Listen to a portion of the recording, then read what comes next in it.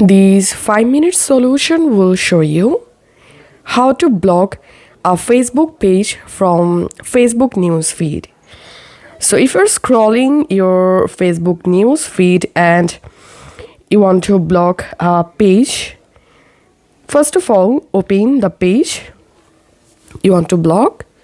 Once you're in the specific page profile, tap on this three dot.